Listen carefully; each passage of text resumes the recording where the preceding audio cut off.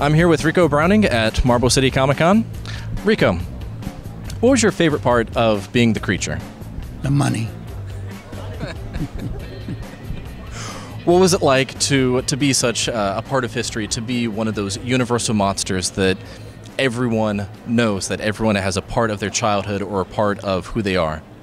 Oh, when we made the picture, it was just another job.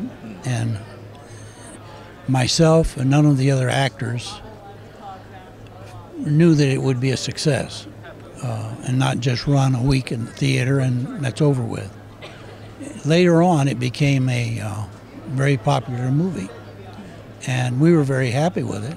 And then we started doing these kinds of shows and didn't realize that we had a lot of fans. And I love it. It's very nice. What's your favorite part of doing these shows? The money. No, I enjoyed the swimming and the camaraderie with the other actors and the challenge, you know, of working in the suit and working underwater and working with safety people that I knew were great swimmers. And the director, Jack Arnold, was easy to work with. So it was a great show to work on. And if they made another creature movie, would you get back in the suit? Well, certainly, but they wouldn't hire me. Well, thank you very much. You're welcome. Thank you. We're here with George Perez and got a couple of quick questions for you. What is the favorite project that you've ever worked on? Like, what's your favorite project? Oh, no, that's an unfair one. I'm choosing one of my children. That's Sophie's choice. I've had the great fortune of enjoying a lot of great runs on a lot of great series, even ones that are just like little one-shots. So, no. You're not going to put me in that situation. Well, what about this one then? If you could work on whatever project you wanted to, your dream project, what would that be? I would love to be able to do the classic characters, obviously the ones I grew up with, of every company that existed. Everyone from Charlton to Archie, Marvel, DC, all in one story, all meeting, and maybe in the second page blow them up because I'm not that crazy. I'm old. I can't draw them forever. So have Archie fight Thanos? Oh, well, I have an Archie sandwich there, you know, at that point. Love it. Thank you very much. Thank you. We're here with C. Martin Croker. Hey, how's it going? So, tell us, of all the projects that you've worked on, what has been your favorite project? Most of the projects that I've worked on for Cartoon Network and or Adult Swim have been amongst my favorites. A lot of people still like Space Ghost. I would have to I'd probably have to say Space Ghost. And if you could work on any project you want, like if you had your dream project, doesn't matter what medium, what would that be? Wow, that's a loaded question. A lot of people have talked about doing a Space Ghost movie. There was an Aqua Teen movie, which somebody saw. And I think I actually have that. Really? Yeah. Yeah, I've got a copy myself. A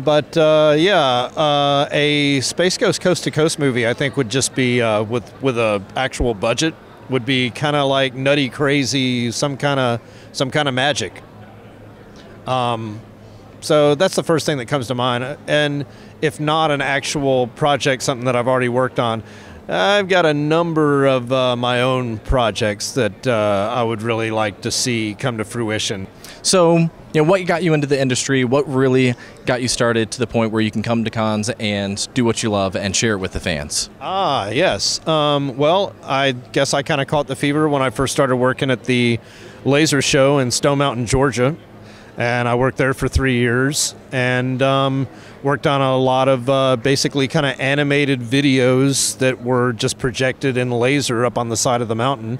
And being able to see that stuff with a live audience kind of gave me a gauge of A, how stuff would go over, and B, that not every audience reacts to everything the same way, even like from night to night.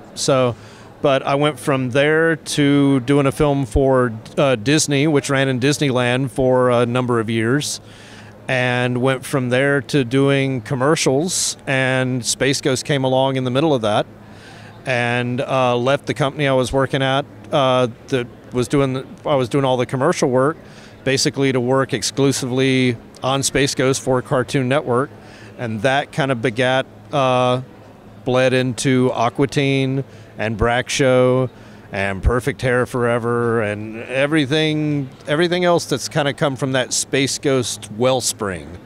So, but yeah, that's and a lot of that is why I'm sitting here now. So that was my homework, I guess. So, of all the projects that you've worked on, is there any that you're embarrassed about? Any that you say, no, that's not part of my resume. I didn't do that one. That was this other guy. That was just Martin Croker, not C. Martin. Actually, yeah, there's a couple, but the project that I absolutely thought was one of the worst things that I've ever seen in my life, one of the biggest pieces of poop, I probably shouldn't mention because I don't want him to sue me. But yeah, I worked on a project just this past summer for folks that I thought were some of the most clueless mofos I have ever had the missed opportunity to come in contact with. And it didn't even, I was going to say it had potential, but it just had potential because of the talent that was involved in it, not because of anything that they wanted from the talent. So yeah, that's my answer to that, and to them. And one last one. What advice do you have for aspiring artists, aspiring cartoonists, someone who, again, really wants to get into it? What advice do you have for them? At this point, I would say learn your computer programs, kids. Learn Illustrator, learn Photoshop, learn After Effects, and I'm sure there's a couple of more that I should know that I'm unaware of at this point, because it's changing all the time. It changes from month to month. Animation, when we first started doing Space Ghost, we were still doing animation on cells the way that they did them in the 1920s. Animation between 1920 and 1990 didn't change that much in the way that cartoons are put together.